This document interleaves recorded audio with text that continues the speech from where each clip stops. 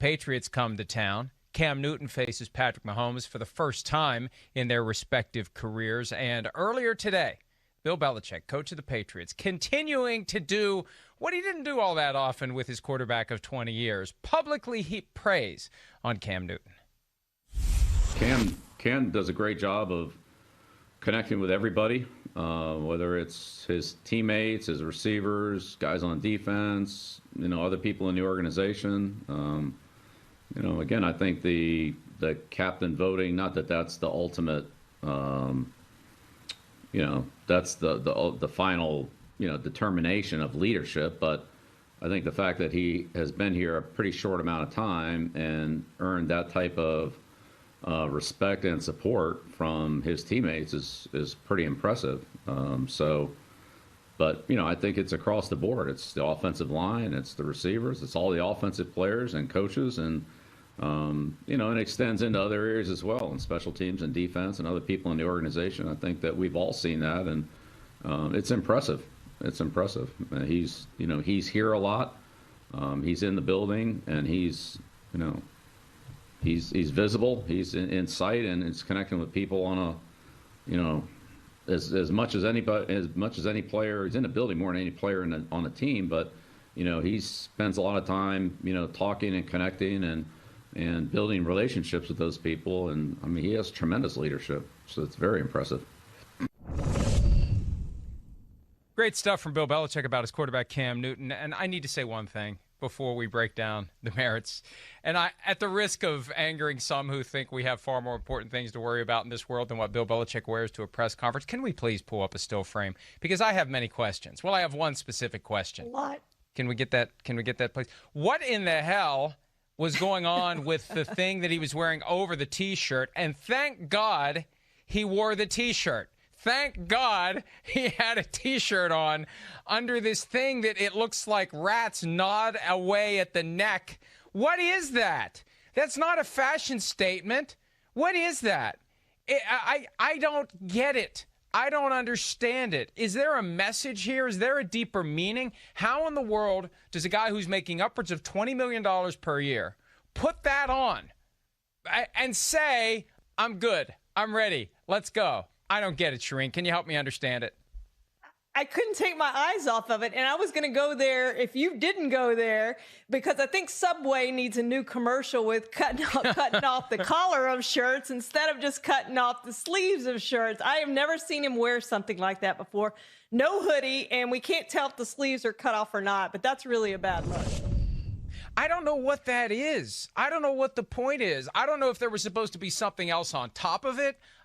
Look, to the extent that Bill Belichick is trying to confuse and confound anyone who would be paying attention to his press conferences, mission accomplished, Bill, because I don't know what the hell that was. But I do know what the contents were. High praise for Cam Newton. And they got one of the greatest steals of all time, Shireen, didn't they? And they played it the right way. Yes. They waited until he was on the market for nearly 3 months. No one else had any idea that they wanted him. No one else was competing for his services. They swoop in. They get a deal that pays a maximum of $7.5 million, basically if he's the regular season and Super Bowl MVP. And he's combining great performance on the field with great leadership off the field.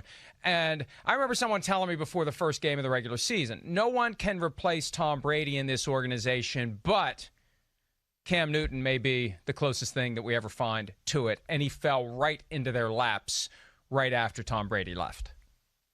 Boy, is he going to get a lot of money in the offseason. And if he makes all of his money this season, Mike, we know that the Patriots have had another incredible season and have just cemented their legacy, if it's not already cemented, and it is. But just to do it with another quarterback would be incredible. But they're playing like that. They're really good. And I think the most impressive thing to me is how they've designed their offense every week to match what the opponent does. Week 1, it was a read option heavy offense. Week 2, it was a lot of downfield passing. Week 3, it was more traditional rushing attack.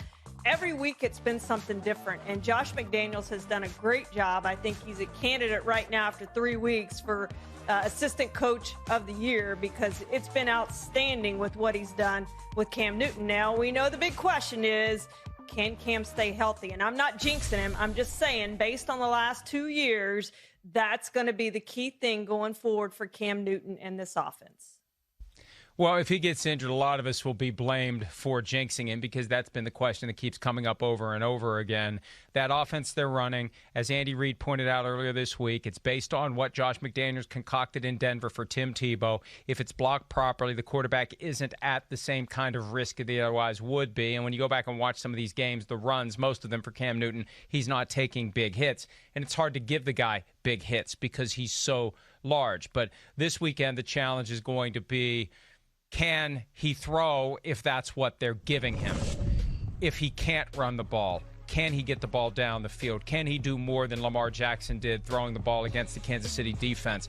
And one bit of good news for the Patriots, potentially, Chris Jones, star defensive tackle, has a groin injury, questionable for the game. Even if he plays, it sounds like there's going to be some sort of a limitation, so maybe the defense not as potent on Sunday as it was on Monday night, Shereen.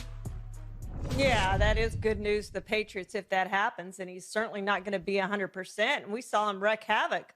And he didn't even play the entire game on Monday night against the Ravens. He went out with that groin injury and was gimpy and still forced 2 fumbles and 2 sacks and was incredible all over the field. And he was my defensive player of the week for what he and that Chiefs defense did. And they just bottled up Lamar Jackson, and they look to do the same against Cam Newton. But you know, you got a mastermind on the other side who's going to look at what happened Monday night and try to figure out how to take that Kansas City defense and tear it apart. And he's done it to many defenses over the years. I just wish this game was being played later in the year because I feel like the Patriots are going to be a lot better come November and December than they are now, just like the Seahawks game. And even though the Patriots are the team I picked to make it out of the AFC to the Super Bowl, I expect them to lose on Sunday, and maybe they'll make it close. Maybe it'll be like the Seahawks game where they're down 10 or more points and they rally late. And I think we need to see Cam Newton in a setting like that where things maybe aren't going as well as expected, and he wills his way back into it, kind of like they almost did in Seattle where they almost came back and won the game. So it's going to be a tough challenge. Chiefs are doing whatever they want to do offensively. The question is, can you do enough offensively to outscore the Kansas City Chiefs? Hi, I'm Mike Tirico, and thanks for watching. Make sure to hit subscribe for the latest news and highlights from NBC Sports.